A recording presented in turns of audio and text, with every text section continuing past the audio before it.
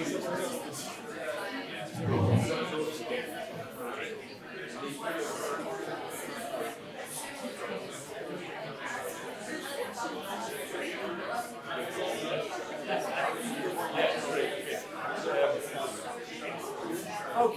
good afternoon, everybody. Good afternoon. I don't know if this is on, but hi. Thank you so much for being patient with us. There was a confusion over time, but we're delighted to have Becky. It's such a joy to have you back at Foyer again this year. So we're doing a seminar on talking about faith in a polarized world. So I'm really looking forward to hearing what you have to say to us. Do you want to tell us just a little bit about who you are and what do you currently do? Right. My name is Becky Pippet, and I am an evangelist and an evangelism trainer. And my husband, Dick, who is writing something at the moment, we really travel the world and do equipping in evangelism. I do things with pastors. Just anybody that wants help in evangelism, we're there. We would really like to help. The interesting thing is I lived for 7 years in the UK, and we traveled all over Europe and all over the UK for 7 years, doing evangelism training half for churches and then the larger conferences, and half for students. And my sweet spot is students. So I am really happy to be here, and thank you, sweetheart. And I forgot my bottle of water. Anybody has a little water? Yes, okay. Now, can you hear me well? Oh, good. All right. I am very, very happy to be talking to you, and particularly about this topic. On Sunday morning, I'm doing the plenary, and that will be on public evangelism. But this is on private evangelism, personal evangelism, and really looking at how we talk about Jesus in a polarized age. One of the things I have learned is when I'm equipping and doing conferences in evangelism is I always ask for, where do you get stuck? Where is it difficult? And what are your fears? And I've learned that everything they say is an absolute key to learning how to do evangelism. If you can answer their fear, their difficulty in witness, it is always, what they fear is always very relevant to what personal evangelism is really about. So I'm going to talk about, I've got 4 points, but I want to start by saying that when we look at these fears and these problems, one of God's great gifts to us has been the opportunity of traveling all over the world, still doing that. And what probably the first thing I hear is from believers, why do you think it's so difficult? It's not my gift. And that's what you will hear all the time with your students usually. It's just not my gift. You, Billy Graham, you guys, you've got it down. Not me. I'm an introvert. I have the wrong personality. I don't have the gift, if there is the gift of the evangelist, but so I can't do it. What would Jesus have to say to someone who says this? This is point number 1. I can't do it. I don't have the gift. I don't have the personality type. What did the risen Jesus, the resurrected Jesus, say right before he ascended into heaven?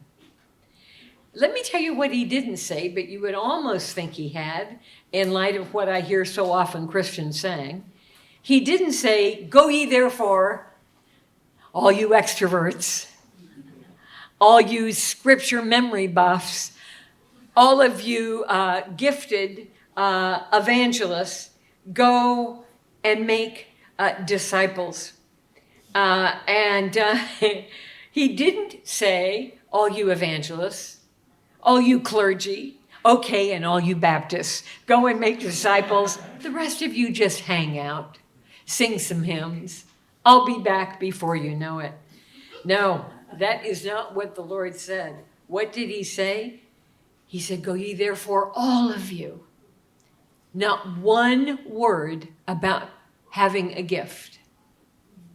Not one word about temperament and personality. Nothing. All of you are to go and be my witnesses. And the wonderful thing is, when we realize he has set us free, he will equip us, whether we have the gift of the evangelist or not. I don't believe that is a gift given to everybody, but he's calling everybody. We are called to be his witnesses. There's a second thing I want to say to you, particularly before we look at some of the issues of how to speak in a polarized world. Here's the second thing I always hear. We hear, it's not my gift, I've got the wrong personality, etc. And probably the biggest thing we hear is, you know what, I would really love to share my faith. I really would, but I can't. Why? I'm inadequate. I'm inadequate and I'm weak when it comes to evangelism. Now, you need to know how to equip your students. How many are staff here who are on? That's a bunch. Okay. You need to be able to know how to equip the students at churches in evangelism and how to overcome their fears. So what do I hear next, and even more, is I'm inadequate, I'm weak. And I go, yes, you're inadequate and weak, so what's your point? We're all inadequate. We're all weak. What does that have to do with being able to witness to Jesus Christ? And they said, yes, but God can't use me. I'm just too weak. I'm too inadequate. I just don't know. I don't know enough. What did the Lord, how do we know that God is delighted to reveal his glory through human weakness? They say they can't because they're weak. How do we know that God is delighted to reveal his glory through human weakness? How do we know this? The Apostle Paul. That would be a good start. The Apostle Paul pleaded 3 times to the Lord in heaven, asking him, take away my thorn in the flesh. 2 Corinthians 12:9. Take it away. He didn't like this weakness. We don't know what it was. Many think it was an eye problem, but that he might have gotten malaria or something in some of the places where he was walking at long distances. We don't know. But he was saying, I don't like being weak. Take it away. I don't want it. And what did the risen Jesus from heaven tell Paul? No, I'm not going to take away this weakness that's driving you crazy. Why? Because my grace is sufficient for you, and my power is made perfect in weakness. We need to keep reading that scripture, not just for evangelism, but for every aspect of our faith, that God uses us in our weakness. And isn't it interesting that Jesus didn't argue with Paul, and he didn't say, try and talk him out of the fact that he was weak. You know, the Lord didn't say to Paul, you're just having a bad day. Don't you worry. My goodness. I mean, here is Paul, one of the greatest leaders, theologians, missionaries the world has ever known. He was very, very strong. And yet he's saying, please, take away my weakness. And Jesus says, no, you are right. We are weak. We are inadequate.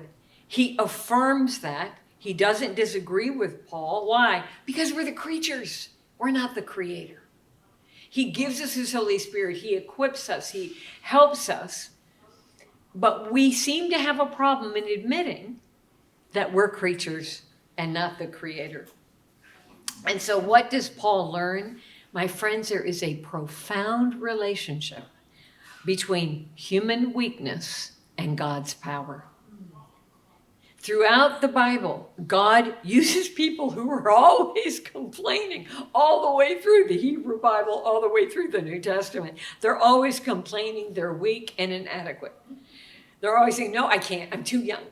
No, I can't, I'm not eloquent enough. Moses, Jeremiah, everybody. They were always telling God why they couldn't possibly use him. And Jesus is saying, yes, you are weak, you are inadequate, but I'm not. And I dwell within you. And my power is made perfect in your weakness. And so what did Paul say? Well, all right then. He says, I will boast all the more gladly, about my weakness, so that Christ's power may rest upon me. Paul says, that is why, for Christ's sake, I delight in weaknesses, physical, emotional, mental, whatever the weakness he was experiencing. I delight in insults, judgments. I won't fear human opinion. And it's so interesting. After the Lord told him this, he said this very soon after. Fearing God, we persuade men. Whatever you fear the most, you will serve. And if you fear human opinion, that's what you will serve, and you will never be effective in evangelism. We need to be able to have all respect, love for the Lord, and fearing God, we will persuade men. He said, Paul talked about the hardships, the trials, the rejections, the calamities, the persecutions, and that God was going to help him in every one of these and had. Because what did he say? When I am weak, then I am strong. And how did he live it out? When Jesus, it was life-changing for Paul. When the Lord said, no, I'm not going to take it away. My power is made perfect in your weakness. And where you see the result, the fruit of that reality without shame, is when he went to Corinth. Now here he is, he went to Sin City in Corinth. And what did he say in the first letter? I came to you in weakness. This is one of the greatest missionaries of the world.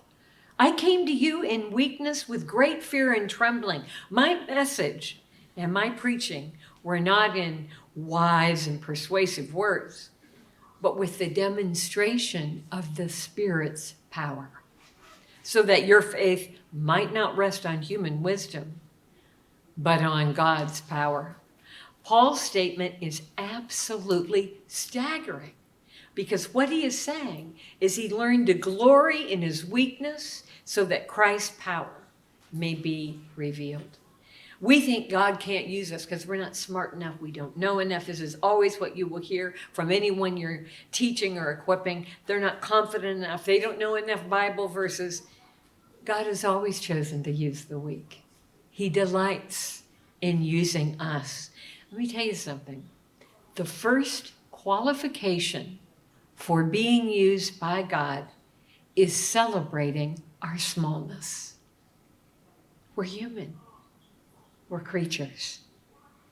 The second part is not just celebrating our smallness, it's learning how to walk in the power of the Spirit. We need both.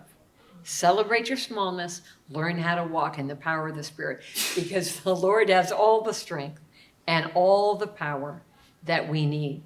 And that means as you are having a conversation with an unbeliever, one of the first things you need to do is pray silently and remember who God is. Rejoice that it's not up to you. He has the power and the strength. He will give it to you. And then request, help me now. Open my eyes, open theirs. Help me, Lord. All right. What is the third thing that I always hear? How do you move from a natural conversation to a spiritual one? How do you do that? I mean, is it really possible to bring up the topic of faith without sounding manipulative, without it sounding coerced, contrived, we say in English? I tell this story in my most recent book, and it's called Stay Salt. You know, my first book was on evangelism, and my last book was on evangelism. Out of the Salt Shaker, I wrote when I was in my 20s, and it was Out of the Salt Shaker and Into the World. This last book is called, picking up on Out of the Salt Shaker, Stay Salt.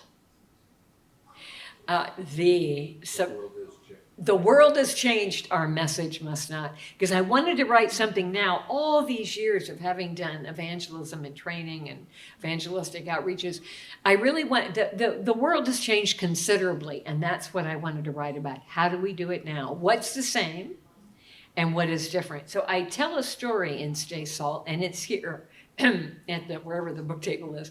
But there is a story I tell, and I was flying quite a distance. I think it was coast to coast in the States.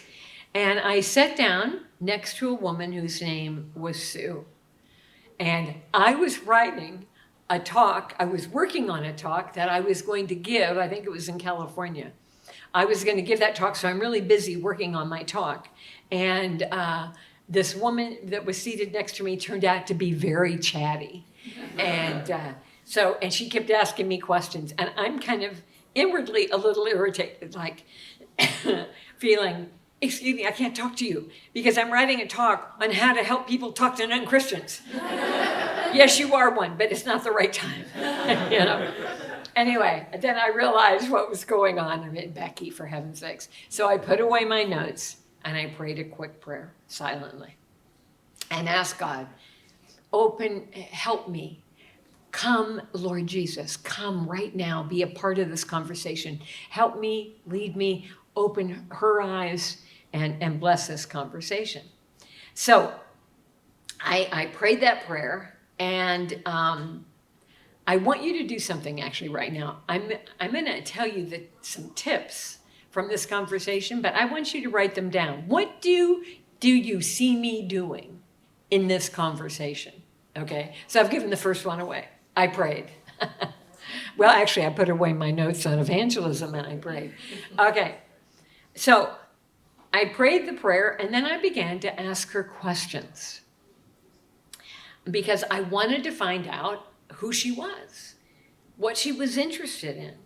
I was looking also not only for her questions, who she was, the kinds of things she was interested in. I wanted to also see where we had common ground. I can't tell you how important that is in personal evangelism.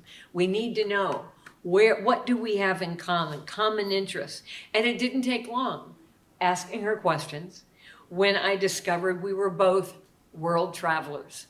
We traveled the world, we loved it, we loved different cultures, we also loved different languages, and it was just amazing. You know what happens when you find that common, authentic ground? It's authentic.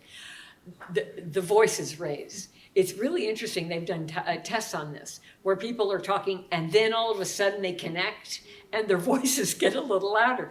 And we had such a fascinating conversation on all we had learned, all the different places. It was really genuine, the connection we had. Then what happens when you make an authentic connection, and it has to be authentic. If you're waiting just to slip in the gospel, it won't work. You have to really have an interest in this person and care about the person like Jesus did. And then when it's authentic, what will happen when they discover you're a Christian? Usually they do. And one thing is, when they really discover that you're a Christian, it's almost impossible to put us in a box because we've genuinely connected with each other.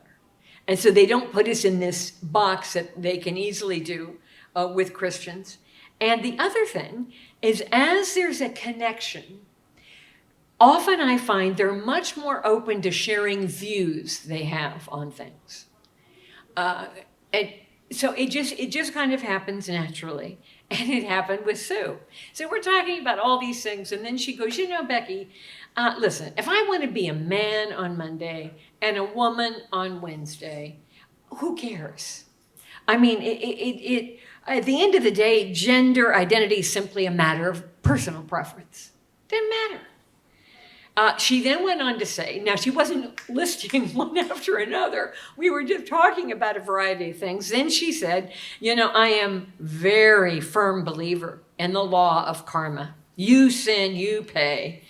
And then a little bit, now I'm waiting to figure when I'm going to dive in, And so she, even more than she realized, she was expressing views and just assumed I felt exactly the same way. And then, but kind of went on, she's very, very chatty. But then she told me, I really believe in the essential goodness of all human beings, the goodness of human nature, that we are really good.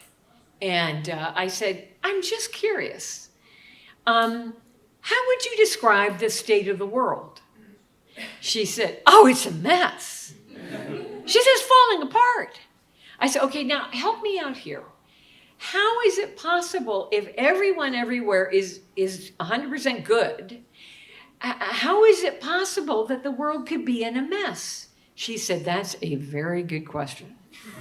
She said, okay, let me think about it for a minute. And then what she gave me was a very American analysis. One of the things to describe American culture. Now it's changing now where there's a greater interest in justice. But it's what we call the triumph of the therapeutic. In other words, America is a very psychologized culture, far more than I experienced in UK or Europe. And she said, I believe our problem comes from two sources. One, we're psychologically wounded and we need therapy, psychotherapy. Two, many of us have addiction issues and we need recovery. Don't you agree? And I said, I think that those problems you've mentioned are very real problems. I do agree. I also think the solutions you've mentioned have really helped a lot of people. I said, but I'm just wondering about something. Let's say you're in recovery for an addiction to alcohol or drugs or whatever. And so you're in therapy. You begin to get over the addiction to be able to at least control that addiction, only to discover that your problem is even deeper than a drug problem or an alcohol problem. What if our ultimate addiction is to ourselves? What if at the core, our real problem is a heart problem? And she said, you know what? I don't think I disagree with you. I think that very well may be true, that there's external evil, there's internal problems. I think she said internal and external problems. But policy won't ultimately change, as important as social policy is, it won't ultimately change the problem that's inside us. And she said, but if the problem is an addiction to ourselves, where do you go for rehab of the heart? I said, that is a very good question. And for the first time, in probably an hour and a half, maybe even longer, that we have been talking, for the first time, I mentioned God. I had never mentioned God. I hadn't told her I was a Christian. I said, actually, honestly, I can't think of anyone or anything where that could help us with rehab of the heart except God. In fact, it was that realization that ultimately led me from being an agnostic to ultimately becoming a Christian. But that's a long story. She said, I want to hear that story. Because I didn't want to jump right in and start sharing if she wasn't interested. That's a long story. I want to hear your story. We discussed faith for the entire rest of the flight. Now, we landed, got our luggage, and she said, Becky, I'm embarrassed to ask this. But she said, I have loved talking to you, and I've loved talking to you about spiritual things. I'm interested in that. If I emailed, would you write me back? And I said, I'd love to. And we engaged in a fairly significant email friendship for quite a while. And at one point she said, you said once that you felt I was a seeker. Do you have any books that you could send me for seekers? Well, I wrote a book called Hope Has Its Reasons, and it was for unbelievers and believers.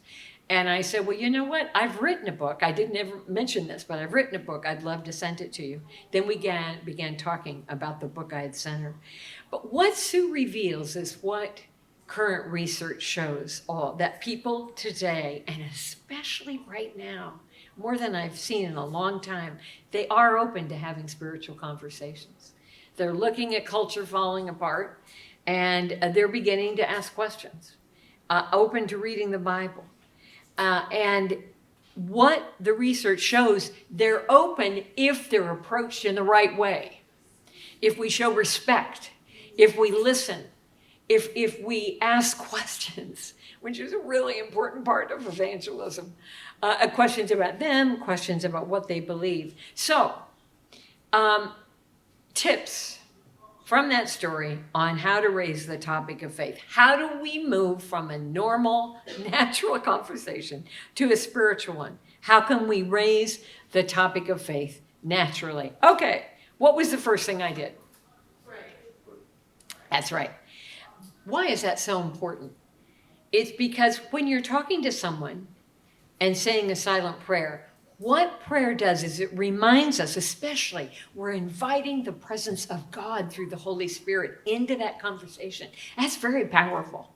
When you really invite the Holy Spirit to come, Holy Spirit, come, he does. Now, yes, he's there. Yes, God is with us, but there's something different about inviting him right into that conversation and ministering to the person you're speaking to, ministering to you. And prayer reminds us, yes, we aren't going to know everything. We're inadequate, but God isn't. And that's exactly who we're talking to, saying, help me. It reminds us that we're not God, but God is God. All right, what was the second thing? Do you remember the second thing I started doing after I prayed the prayer? Very good. And what was I looking for? Connection. Yeah, connection. And how was I looking for connection? Through? Yeah, exactly. Okay, so find common ground and ask questions. Finding areas that we have in common really help us to connect authentically to human beings. It's not a gimmick. If it is, it means you're not sincere about really wanting to get to know them. And as I said, when they discover we're a Christian, it becomes very difficult to put us into a box because we're already connecting as human beings. And that's what's so important. Thirdly, I asked questions. I had asked some questions. Now I'm asking more questions. And I so love what Kaz said about everything she said about questions. Questions are powerful because they aren't preachy. They reveal that we're truly listening, and they can cause people to reconsider their views.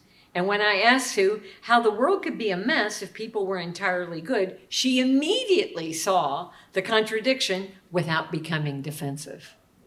Why didn't she become defensive? Because especially if your tone is right, I mean, you could ask a question and be very judgmental and condemning, but we don't do that. But questions are not aggressive if you're using a caring tone. And they, even when my question was gently challenging her worldview, I could have said, when she said, oh, the world's a mess, and go, yeah, well, okay, go figure. Now, if the world's a mess, yeah, it's sin. I mean, how else do you think we got here? I said, yeah, so can you help me out here? How can the world be a mess and everybody's good? Now, another one, this is actually point 4. It was 1, pray. 2, find common ground. 3, ask good questions. 4, agree where you can. We need to affirm what we legitimately can. When Sue said people struggle with addiction and need help and recovery, I agreed with her. But then I began to say, the only thing I'm wondering here is that analysis deep enough. We can be recovered from booze or drugs or whatever, and still struggle, still be in trouble. Still, there's something not right. We're not quite sure what it is. Okay, so agree where you can. Fifthly, again, it's asking thoughtful questions. but use their terminology before you use biblical words. Use their terminology. We often make the mistake of expecting people to come onto our turf rather than our turf. That's an American phrase for football, onto our way of thinking, instead of starting from their way of thinking. And when I asked Sue, what if our ultimate addiction is to ourselves? I was now introducing the idea of sin, but I was using her language, not biblical language. What if our ultimate addiction is to ourselves? And by using her language first, before I used biblical language, it helped her to understand. Whereas if I had said, yeah, the problem is sin, and I'm not afraid to say that, I just want to make sure she understands what we mean by it. And so if I'd used that word, I think I would have lost her. But instead I said, it is our ultimate addiction to ourselves. Now, interestingly, later in the conference, she said, Becky, you were saying that the Bible says that we are addicted to ourselves. Is there another way the Bible describes, is there another way to describe the problem? I said, yes. We have a God complex. I said, again, that's my language. Addiction was yours. And I said, that's my language. But a God complex means there really is a God, but we keep getting ourselves and God mixed up all the time. And she said later in the conversation, all right, so what does the Bible say? You said it's a God complex. It's very interesting. You've said that the issue of addiction, we're addicted to ourselves. But what does God call it? I said, sin. She said, I've had so many people say this. She said, you're kidding. She said, I thought sin was like drugs, sex, and rock and roll. And I said, yeah, that's behavior. But what the Bible is interested in is what lurks under the behavior. And one of them is this issue of a God complex. I'm going to talk more about this on Sunday morning. You know what she said? Well, I have a God complex, and it's exhausting. And I said, why would it exhaust you?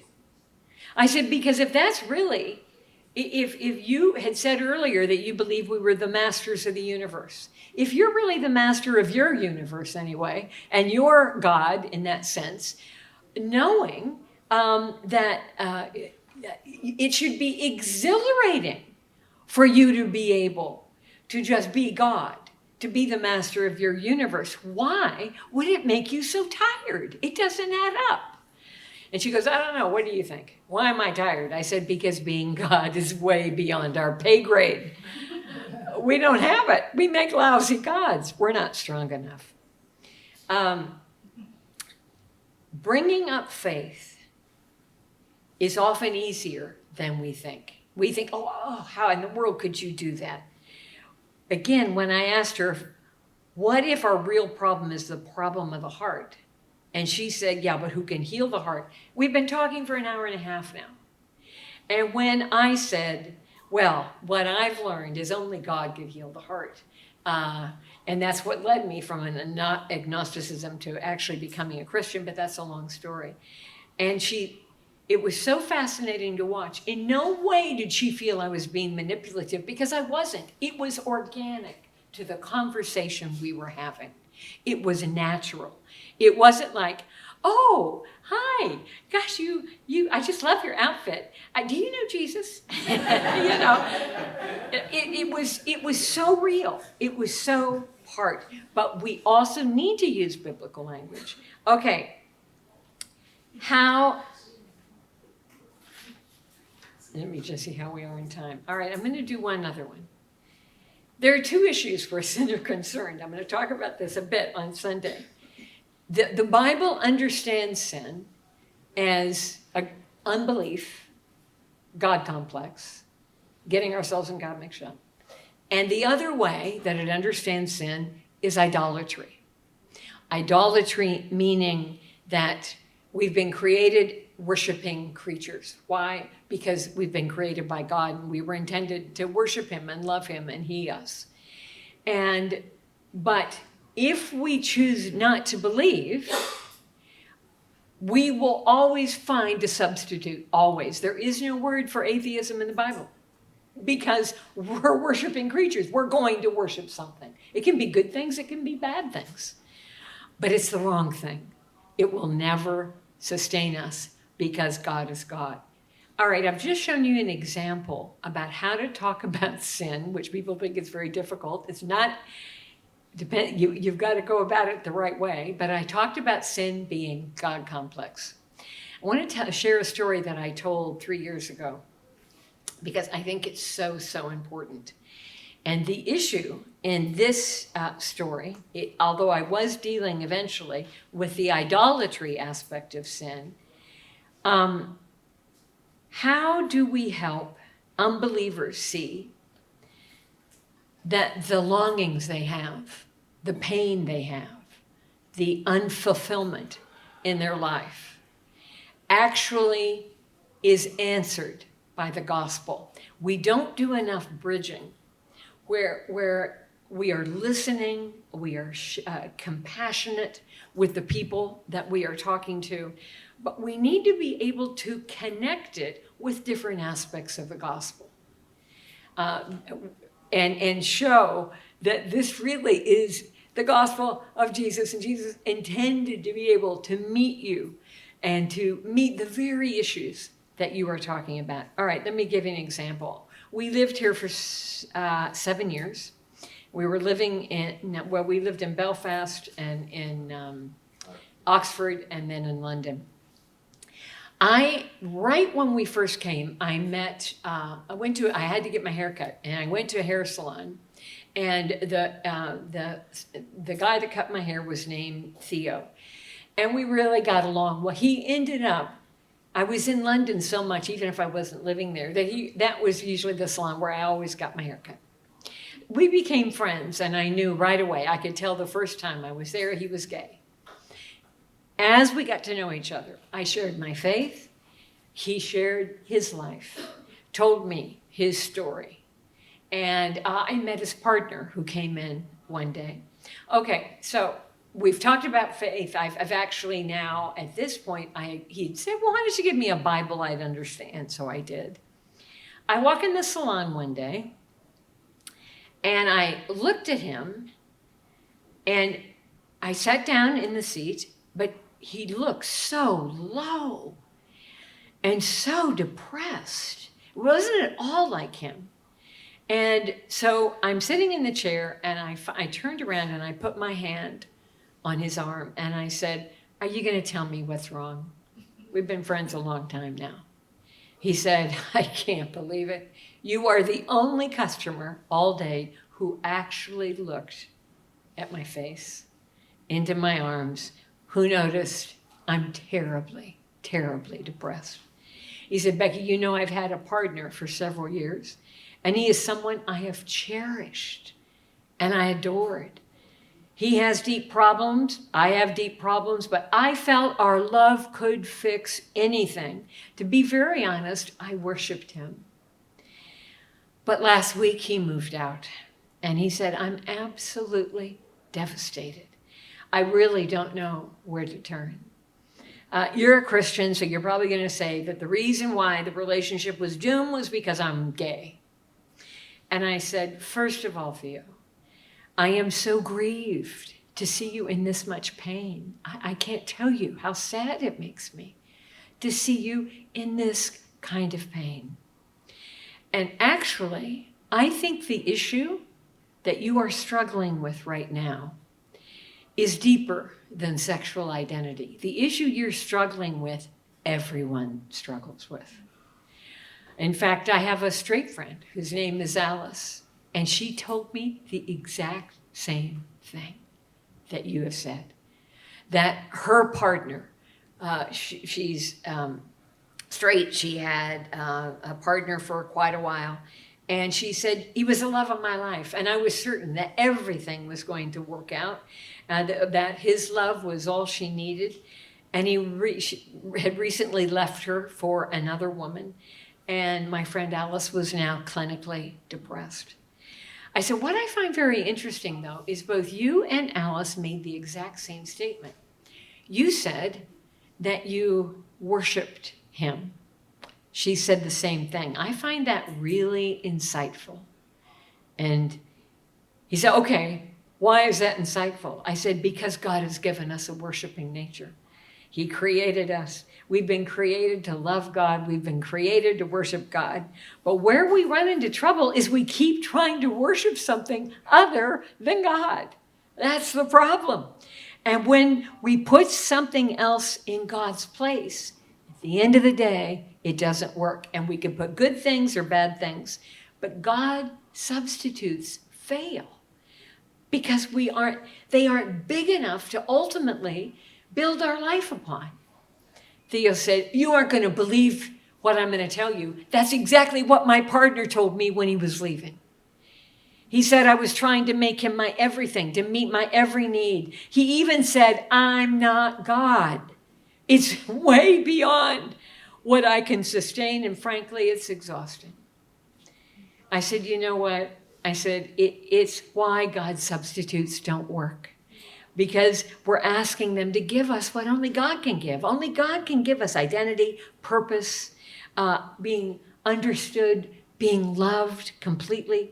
And I said, in fact, there's a word for this. The Bible has a word for God's substitutes. It's called idolatry. And he looked at me and he turned the chair around, with a hairdryer in his hand, and he looked at me with such intensity, and he goes, you are telling me that the Bible says the reason I am in this much pain is because I've been worshiping the wrong thing? I said, exactly, and so have I. You're not alone. We have all done this.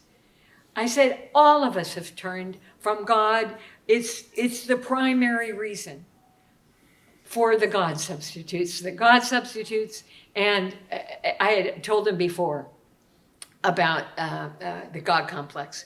I said, we've been created for a relationship with God, and we've tried to run our own lives as if we're in charge, and we've used God substitutes to give our lives meaning and purpose and fulfillment. I said, do you know why the gospel's called the good news? The message of Jesus is called good news? Because God loves us so much. He's been searching for us forever. And he longs for us, and he seeks us. And he even paid the price for us when we put all of our confidence, not in God, but in something else. And he says, Becky, what scares me so much is what you're saying makes so much sense. That to find the love I've been searching for all my life, I have to get my relationship to God sorted first. But I couldn't come to God, not after all I've done. I said, Theo, the only reason any of us can come to God is because God came to us. He came to us through his son, Jesus, came from heaven, lived among us, died on the cross for our sin. And everyone needs forgiveness. We need God's love. We need a new start. And he said, well, what would I have to do? I don't deserve such a gift. And I said, no, you don't, and neither did I. But it's been done. There isn't a way we can prove ourselves to God that we merit this. Jesus has done it. He's done it all. And so we tell him that we want him, that we are sorry for our sin. We thank God for what he's done, and we invite him to come into our lives. He said, Becky, I need to tell you something. Only the staff knows this. I've decided to go back to my home country. He said, I've got to recover. I'm really suicidal. So this is my last week. You're the only client that knows this. But I want to thank you, Becky. I want to thank you more than you could possibly know for your friendship over these 7 years. You've known all this time who I am. I never felt that you hated me or were judgmental. But I also want to thank you for speaking plainly about what the problem is. That without making me feel judged. And thank you for saying to me, I've tried God substitutes. It's true.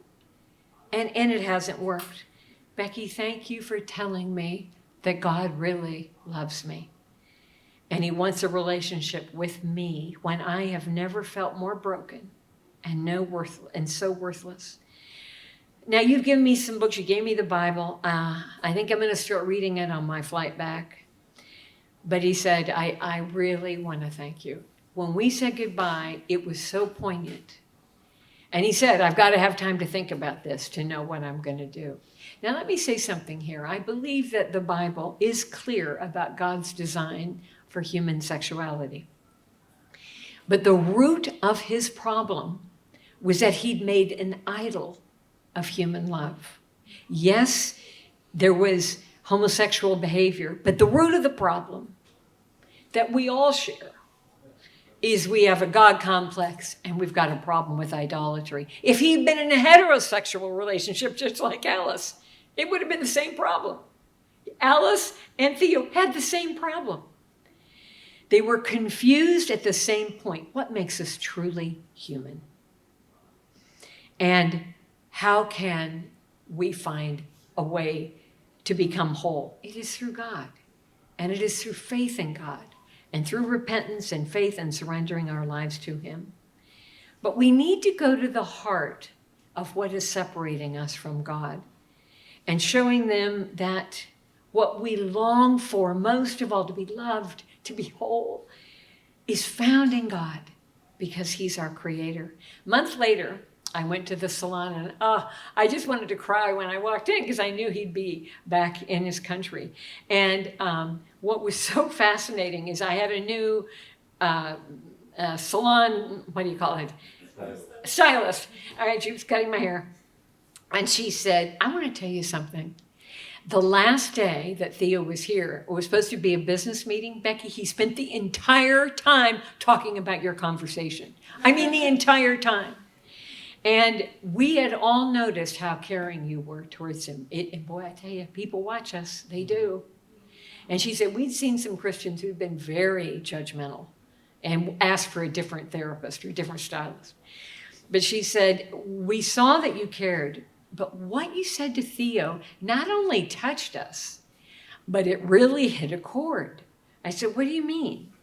And she said, when you told him the problem was that he was worshiping the wrong thing and asking another person to be their God, boy, did everybody go, oh my gosh, that's exactly it hit us like a freight train.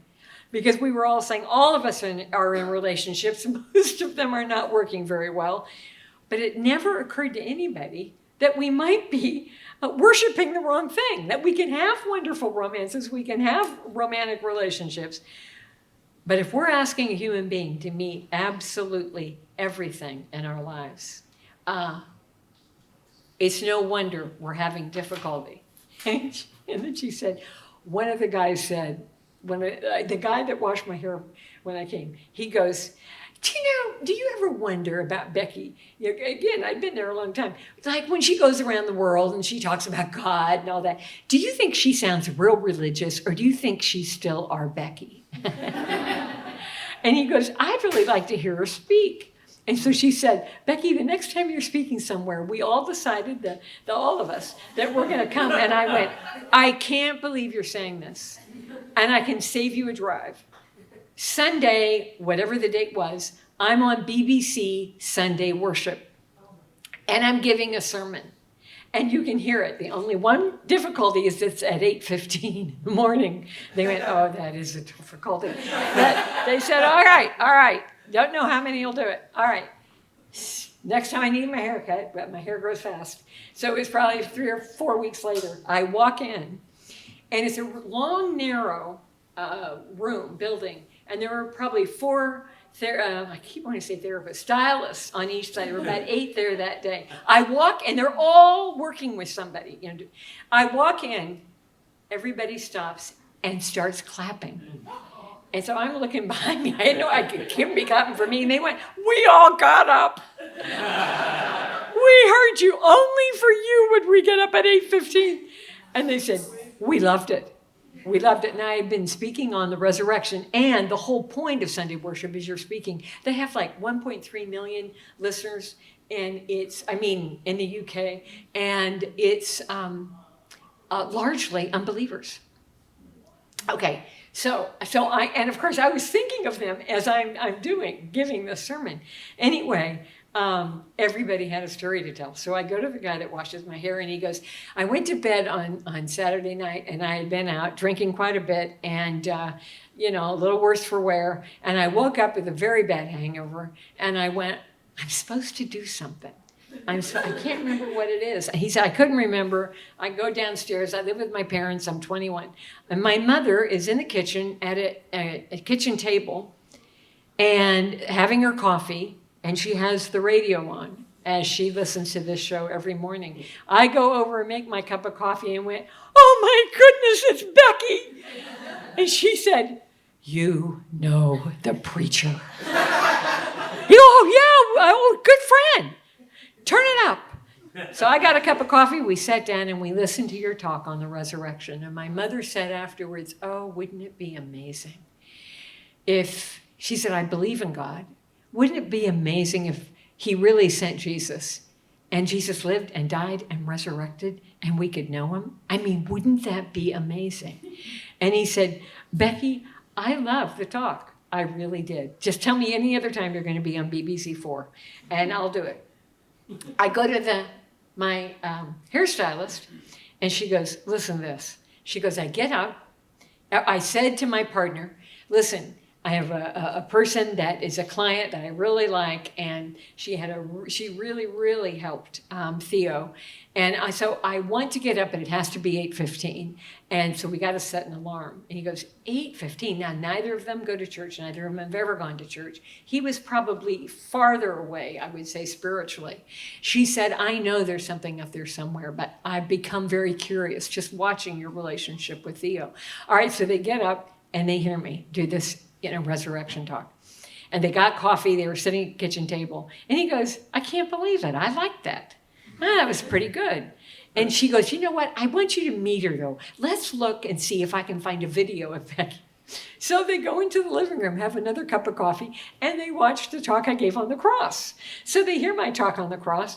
And then he goes, I can't believe I'm saying that, but I'm open to one more talk. They listen to 3 talks. I can't believe it. She goes, Becky, that's the longest we've ever been in church in our entire lives.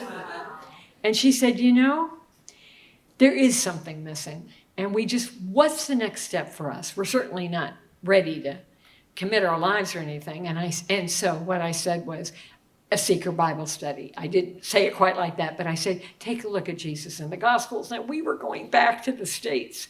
And I would have done it for them. I would have met them at a restaurant and done it right there, but I was leaving. So I brought in copies. Oh, I wrote the first Uncover Luke. I was the very first one that did it. And so I gave him Uncover Luke. This is in 09 or 10, something like that. Anyway, when I was walking out the door, a different guy said to me is he said, what is so important and why we listen to you, why we bothered to get up that early? Becky, it was love. You showed us love. You were so interested, and we knew we weren't an evangelistic project. We knew you cared for us. So, my friends, there's much more openness than you know. And it is possible to move from a natural conversation to a spiritual one. It is possible even to talk about sin, and the person you think it would be the hardest would be somebody who is gay, that they'd be so defensive. But there are ways where we can show that loss, that emptiness you're feeling really is found. There are answers here. Let's take a look. Let's take a look at Jesus. Now, I want to stop here and I want to take time for questions. And so why don't you, if you have any questions, feel free. And then if there's time, I'm going to do one other thing as well. So, yeah. So, sometimes I succeed in opening. Oh, yeah. Sorry. Go ahead. Sometimes I succeed opening talking about Christ and talking about God in general, but to an atheist. But the hardest part for me is talking about the cross. Yeah. So how do do you grow from? Like, how do Yeah. you reach that? Yeah. If you are having a really good spiritual conversation with an unbeliever at whatever stage they are, my suggestion, if there's an openness, what I would be trying to do first, because you're answering their questions, you're hearing where they're coming from, but I would say, your questions are great, and you're clearly really bright, and you've read a lot. Have you ever looked at the Bible as an adult, not as a child? Almost always the answer is no. And I go, what? You know something?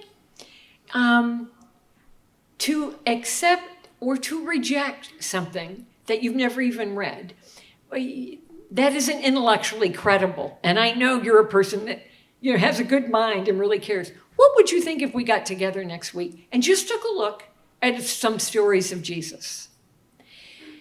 Now, if somebody wants to know right in that one conversation, all right, can you explain the cross? All right, we'll do that in just a second. But I want them to experience and be exposed to Jesus in the Gospels, starting with his life, seeing who he says he is, seeing the way he related to women, the way he related to men. Big shock for most unbelievers. He was so gentle and kind with sinners, that, in the sense of marginalized people, woman at the well, he was very gentle, very kind. He was much tougher on religious people who were self-righteous. They need to experience that. They need to get in the text. And they're always so surprised. I have seen secret Bible studies started literally around the world, everywhere we've been. And I would start there if they're open, because one of the things I do in my seeker studies, the second to the last seeker study is on the cross. And there you can go much deeper. What did it mean? Why? Etc. And then the last one is on the resurrection.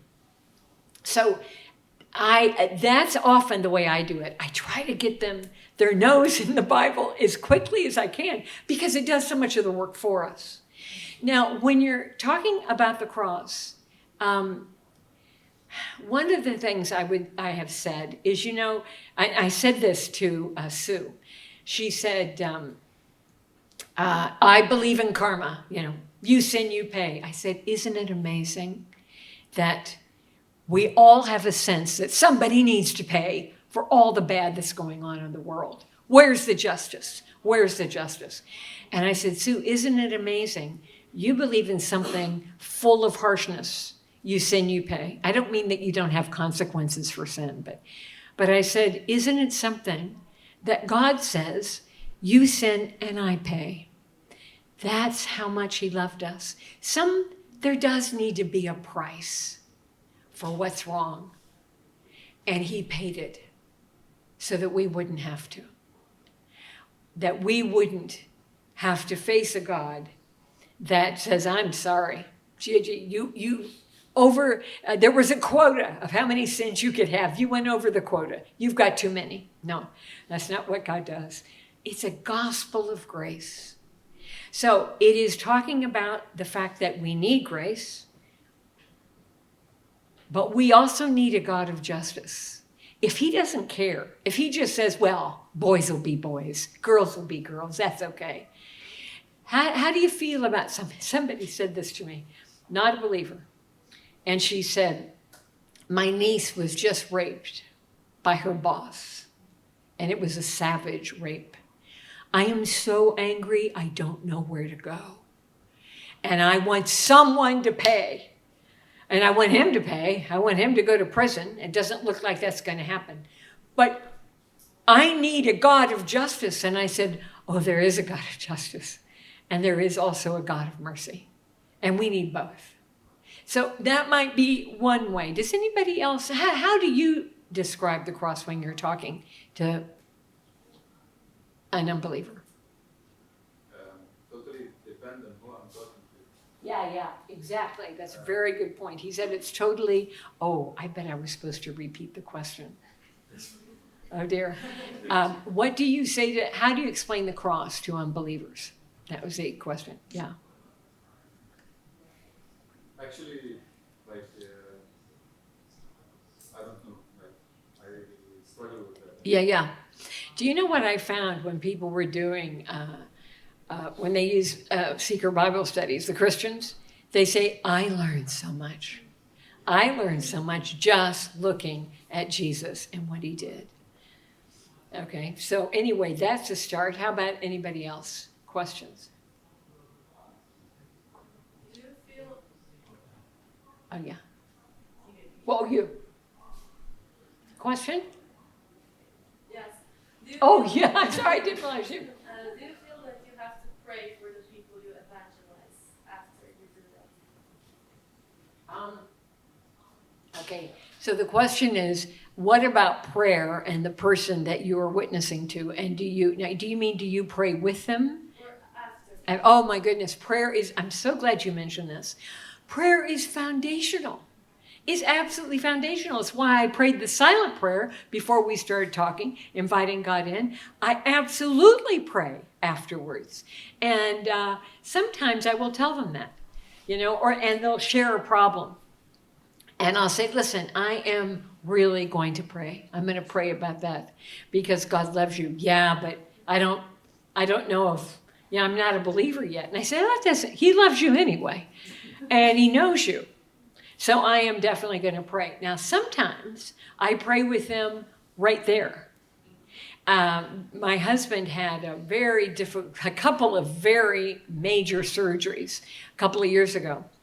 And I was in the hospital. There is a hotel that you can stay in at a lower price.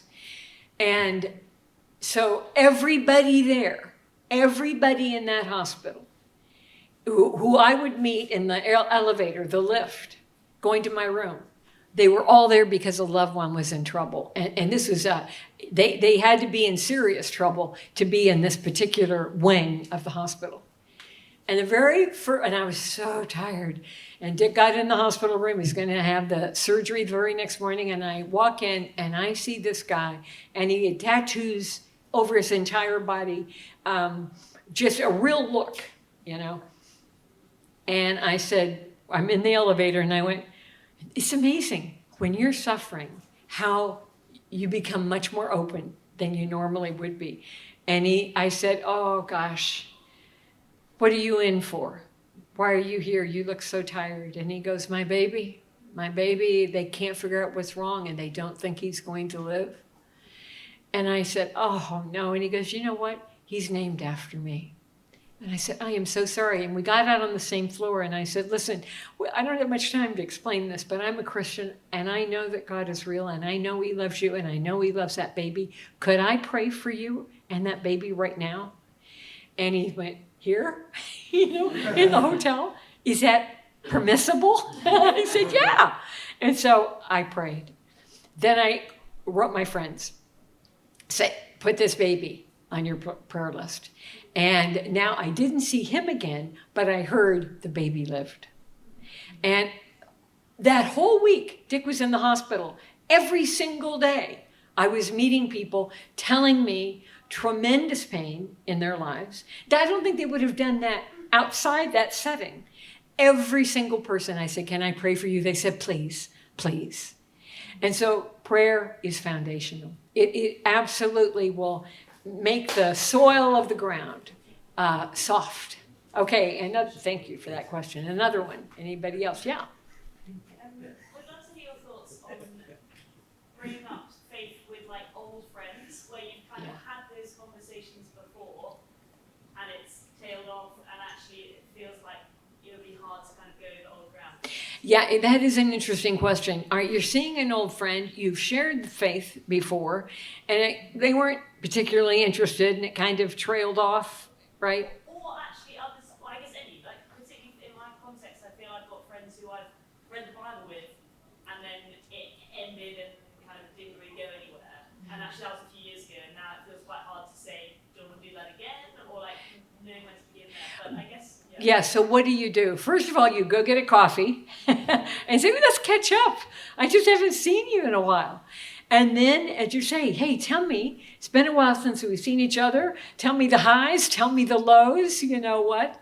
And I think it will come up actually pretty naturally in that context, having a coffee and then being able to say, yeah, I'm just curious, kind of where you are spiritually, what kind of questions you have now. We talked about it. If you're comfortable, I just like to know, where are you right now? I think with a real interest in them and particularly asking them about how their life is going. I think that is the place where you have to start. And then throwing out a question and see what they say. Okay? Anybody else? Yeah. So in my workplace, everyone would know I'm a Christian, but maybe most people would not want to bring it up. Maybe there's like a professional setting, so they don't want to go into personal conversation. Maybe they know I'm a Christian, so know that if we start talking about that, I might want to evangelize and do something to them. So how do we have Okay. tips you've given already apply, but maybe I don't know if there's anything slightly different in that sense. All right. So the question is, at workplace, where they all know you're a Christian, and probably feel a little bit like, ooh, I'm not going to bring up anything because, he may try and evangelize me and baptize me right here. Well, that's terrifying. All right. So, and this is at work, right? Okay. So there's a couple of interesting things about workplace witness. Number one, you have been hired to do a job. And to do that job with excellence, they want it, but you do it as unto the Lord. You do it with excellence. You also demonstrate godly character. Somebody gets a raise and you didn't. Somebody gets a promotion and you didn't. And good for you. That's fantastic. I'm really happy for you, okay? That you can easily say and still do your job. A third thing, you find out that they're not there for a day or two, and you find out a family member died. Then I would write a card or something and say, I just want you to know I am so, so sorry. It is so hard to lose a parent. I've had loss in my life too. I get it. And just praying for you and caring for you. Okay. Those things make a great deal of difference. Now, as you are, how did Jesus say we're supposed to witness? Be fishers of men, not hunters. Fishers. What do fishermen do? Throw out bait. And it's real bait. I mean in the sense that we're not trying to be slippery or pull the wool over their eyes. But I can't tell you how important love and care is in these initial stages. Well, the whole part of evangelism, but when they see you really did care.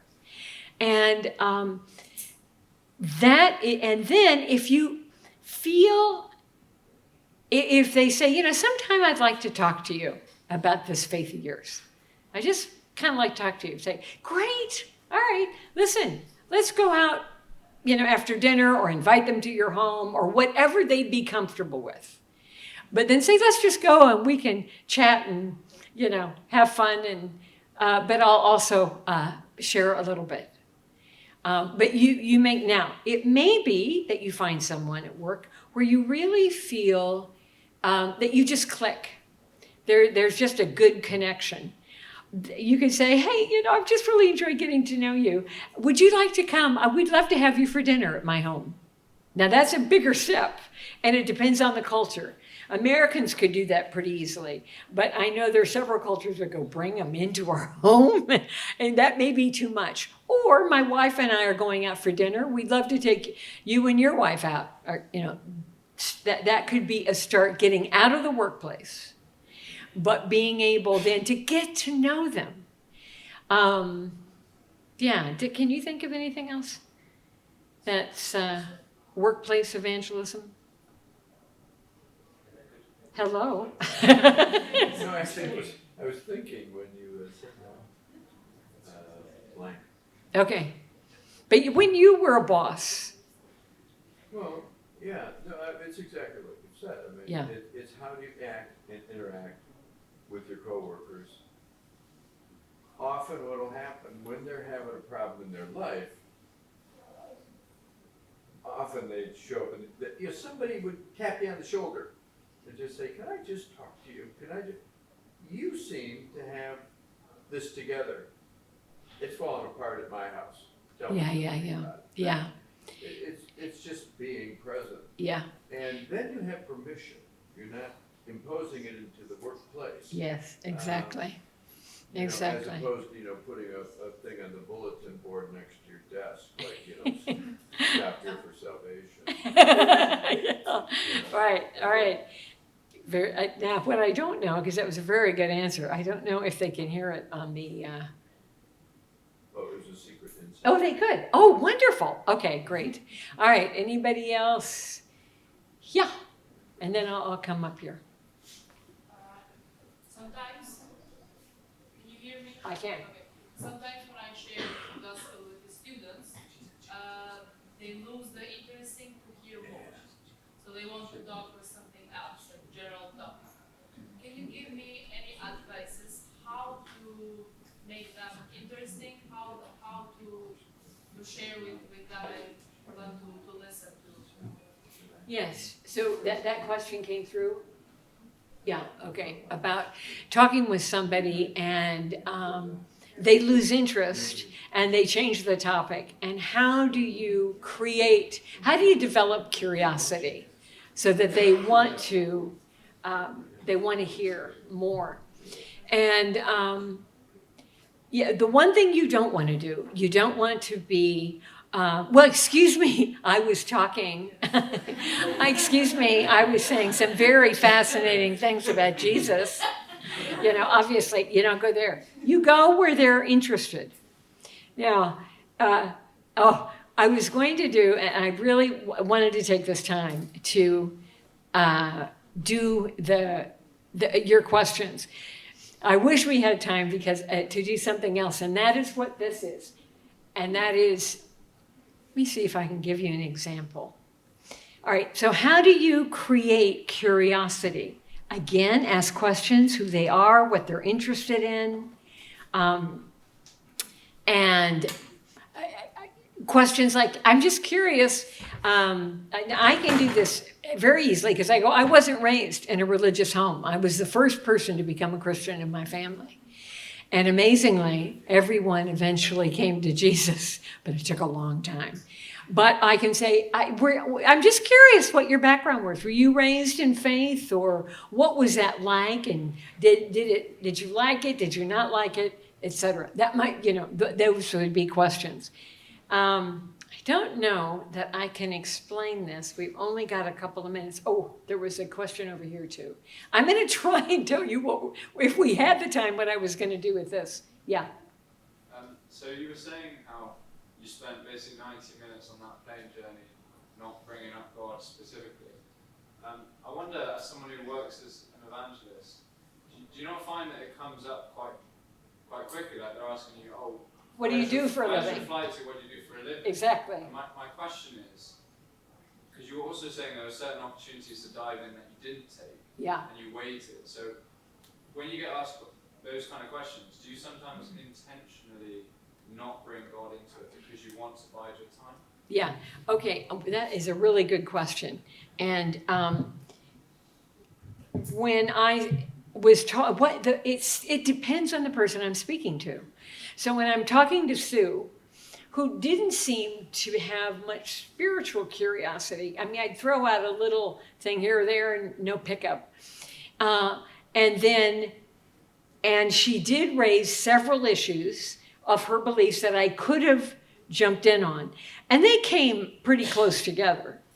But the one that, particularly having said, I really believe in that all people are good. And I thought, okay, I'm gonna choose that. I don't intentionally wait an hour and a half. That it depends on the person and where the conversation takes me.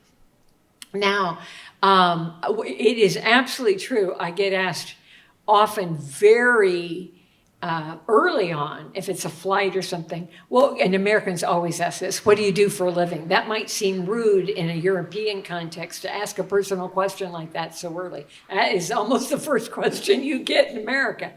And I go, well, actually, I have a really unusual job. And I write books, and I speak on those books at conferences. What's the topic?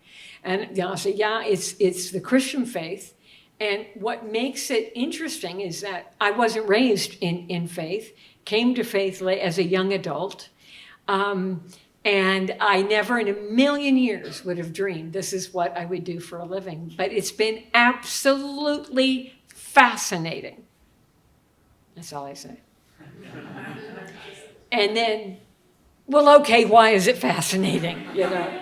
And so you're throwing out things, seeing if they pick up.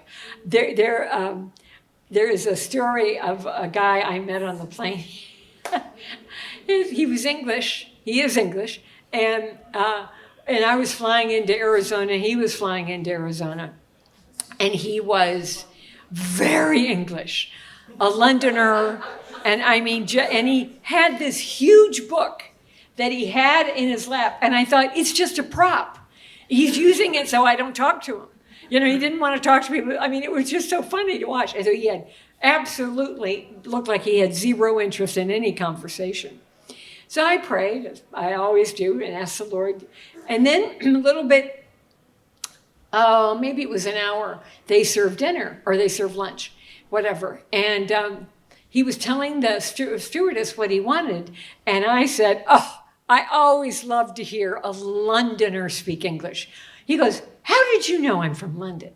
Americans don't tend to, be able to identify that. And I said, oh, we lived no, we were still living there. I said, we lived in the UK. We are living in the UK right now. He said, that's amazing. He said, of course, I'm English and I've been living in America. You've been living in my culture. And then, instantly, we had the connection. I didn't even have to, I didn't ask him any questions, except I like a London accent. He goes, all right, let's talk about what have we found that's alike? What have we found that's different? And so we talked about that. It was really interesting. And then he said, why are you flying to Arizona? Well, we talked for quite a while. And I said, I decided to be direct, and I said, I'm speaking at a Christian conference. He goes, I'm an agnostic. I have, putting up the book, I'm an agnostic. I have no interest whatsoever in Christian things. I said, oh, that is so interesting because I was an agnostic.